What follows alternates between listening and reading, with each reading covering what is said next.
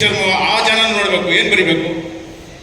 So ಎಲ್ರಿಗೂ totally ಆದಷ್ಟು ಇಲ್ಲೇ ನಮ್ಮ ಕನ್ನಡ ಜನಕ್ಕೆ ಮಾಡಬೇಕು. ಕಲಾವಿದರು ಅಷ್ಟೇ, ನಮ್ಮಲ್ಲೇ ಕಲಾವಿದರು ಇದ್ದಾರೆ, ಫಸ್ಟ್ ನಮ್ಮವ್ರು ಚಾನ್ಸ್ ಕೊಡೋಣ, ನಮ್ಮಲ್ಲಿ ಇಲ್ಲ ಅಂದರೆ ಆಚೆ ಹೋಗೋಣ ಅನ್ನೋ ಒಂದು ಸ್ವಭಾವ ತುಂಬ ಸಂತೋಷ. ಯಾಕೆಂದರೆ ಇಂಥ ಒಂದು ಕಲಾವಿದರು, ಇಂಥ ಒಬ್ಬ ನಾಯಕ ನಟನಿಗೆ ಭಗವಂತ ನಾನು ಅದಕ್ಕೆ ಹೇಳಿದ್ದು, ತುಂಬ ಆಯುಷ್ಯ ಆರೋಗ್ಯ ಕೊಟ್ಟು ನೂರಾರು ಚಿತ್ರಗಳು ಇದೇ ಥರ ಮಾಡಲಿ, ನೀವು ಹೇಳ್ದಂಗೆ ವರ್ಷಕ್ಕೆ 2 ಪಿಕ್ಚರ್ ಮಾಡಲಿ ಅಂತ ನಾವು ಕೇಳ್ತೀವಿ. ಕಷ್ಟ ಇದೆ ಗೊತ್ತು ಸರ್, ಕಷ್ಟ ನಿಮ್ಮ ಕೈಯಲ್ಲಿ ಆಗೋದು, ಕಷ್ಟನ ಸರಿಪಡಿಸೋದಕ್ಕೆ ಮಾಡಿ. ಅವರು ಕಷ್ಟ ಬಿಟ್ಟು ಮಾಡಕ್ಕೆ ತಯಾರಾಗಿದ್ದಾರೆ, ಆದರೆ ಅವ್ರಿಗೆ ಕಥೆಗಳು ಸರಿಯಾಗಿ ಸಿಗ್ತಾ ಇಲ್ಲ ಅಷ್ಟೇ. ಕತೆ ಇಂಪಾರ್ಟೆಂಟ್. ಮನುಷ್ಯನಿಗೆ ಇವತ್ತು ಕಾಟೇರ ಕತೆ ಮಾಡಿದವ್ರು ಇಲ್ಲೇ ಇದ್ದಾರೆ, ಅವ್ರಿಗೆ ಕೇಳಿ ಎಷ್ಟು ದಿವಸ ಮಾಡಿದ್ರು, ಎಷ್ಟು ದಿವಸ ಒಂದು ಥ್ರೆಡ್ ಹೇಳ್ಬಿಟ್ಟು ಪಿಕ್ಚರ್ ಸ್ಕ್ರೀನ್ ಪ್ಲೇ ಮಾಡಲಿಕ್ಕೆ ಎಷ್ಟು ದಿವಸ ತೊಗೊಂಡ್ರು ಅಂತ ನಿರ್ಮಾಪಕರು ಗೊತ್ತು. ನಮಗೂ ಒಂದೊಂದು ಸ್ವಲ್ಪ ನಿರ್ಮಾಪಕರ ಜೊತೆ ಓಡಾಡಿ ಇದು ನಮ್ಮದೊಂಥರ ನಮ್ಮನೆ. ರಾಕ್ ಲೈನ್ ಪ್ರೊಡಕ್ಷನ್ಸು ನನ್ನ ಮನೆ. ಇದು ರಾಕ್ ಲೈನ್ ವಿಂಟೇಜ್ ಪ್ರೊಡ್ಯೂಸರ್ ಅಲ್ಲ, ಆನಂದ್ ಪ್ರೊಡ್ಯೂಸರ್.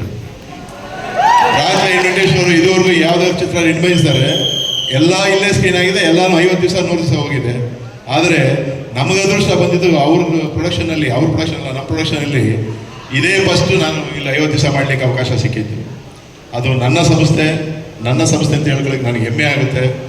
ಜೊತೆಗೆ ಈ ಡಿ ಬಾಸ್ನ ಕನ್ನಡ ಚಿತ್ರರಂಗಕ್ಕೆ ಪರಿಚಯ ಮಾಡಿಸ್ಕೊಡುವಂಥ ನಮ್ಮ ಆತ್ಮೀಯ ಸ್ನೇಹಿತ ರಾಮಮೂರ್ತಿ ಬಂದಿರಬೇಕು, ಎಲ್ಲೋ ಇದ್ದಾರೆ.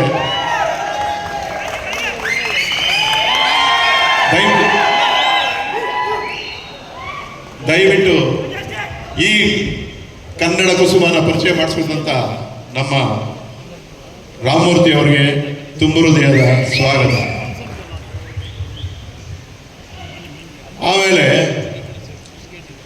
ನಮ್ಮ ಡಿ ಬಾಸ್ ಅವ್ರದ್ದು 25 ವರ್ಷ ಚಿತ್ರರಂಗದ ಸೇವೆ ಸಲ್ಲಿಸಿ, ಕಷ್ಟ ಸುಖ ಹಳ್ಳ ತಿಣ್ಣೆ ಏರು ಪೇರು ಎಲ್ಲ ನೋಡಿ ಎಷ್ಟು ಮನಸ್ಸನ್ನ SS ಟಿವಿ, ಸಿನಿಮಾ ಜಗತ್ತಿನ ಕ್ಷಣ ಕ್ಷಣದ ಸುದ್ದಿಯೊಂದಿಗೆ.